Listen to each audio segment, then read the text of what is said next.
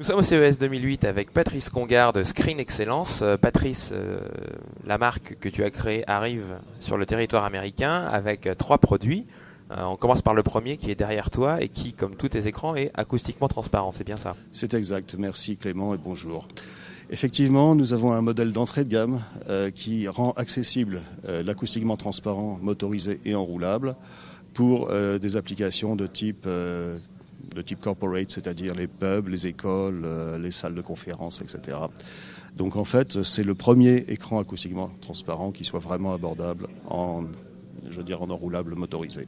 D'accord. Acoustiquement transparent, pour ceux qui ne connaissent pas ce terme, ça veut dire qu'on peut mettre les enceintes derrière l'écran. C'est exactement le but. Voilà. Et on n'y en a pas de... Enfin, l'écran laisse passer le son. Tout à fait. C'est-à-dire que c'est exactement comme au cinéma. L'enceinte centrale se trouve derrière l'écran, au milieu, et c'est de là que doit sortir la voix. D'accord. Alors un produit comme ça, si on est en 16/9 avec disons 2 mètres de base, ça coûte à peu près combien? Alors celui-ci est un 2,40 m de base, il fait environ 1 500 €. D'accord. Public TTC. Donc nous voici devant le modèle ATUS. C'est un 100 pouces, c'est-à-dire 2,54 m de base, et c'est un modèle qui est en fait l'écran acoustiquement transparent que nous recommandons pour les installations haut de gamme en électrique motorisée. Il comprend donc un bord noir et un extra drop réglable qui sont tous les deux acoustiquement transparents évidemment.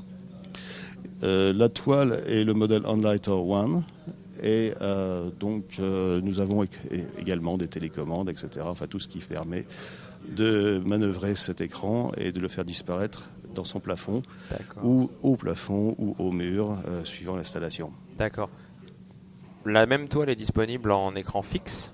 Oui, le modèle Onlighter One est une toile acoustiquement transparente que nous avons développée. C'est la première que nous avons faite et c'est encore la référence en matière de projection jusqu'à 1080p. D'accord. Quelle dimension au minimum et au maximum pour ces produits-là? Typiquement, on commence à 80 pouces, c'est-à-dire 2,03 m exactement de base, et on finit à 140 pouces, ce qui fait, je crois, 2,60 m et quelques. Excusez-moi, les conversions en pouces sont encore un peu approximatives de tête. D'accord. Et là, on parle de quel prix par rapport au modèle précédent? Disons que ce modèle-là est à peu près à 2 500 €, public TTC. Oui, ici, nous sommes devant l'écran fixe qui contient 3 innovations. La première innovation, c'est effectivement un profilé de cadre qui a une structure assez particulière avec une courbe qui est calculée pour éviter et minimiser la réflexion de la lumière parasite, ce qu'on appelle l'overscan sur des projecteurs quand il n'est pas exactement parfaitement cadré. Il est recouvert de velours comme toujours et nous avons aussi sur le côté de ce profilé une gorge qui permet de recevoir un petit éclairage d'ambiance contrôlable et ça donne un effet, on se sent un petit peu comme chez soi quand on arrive dans une salle où on voit une très légère lumière autour de l'écran.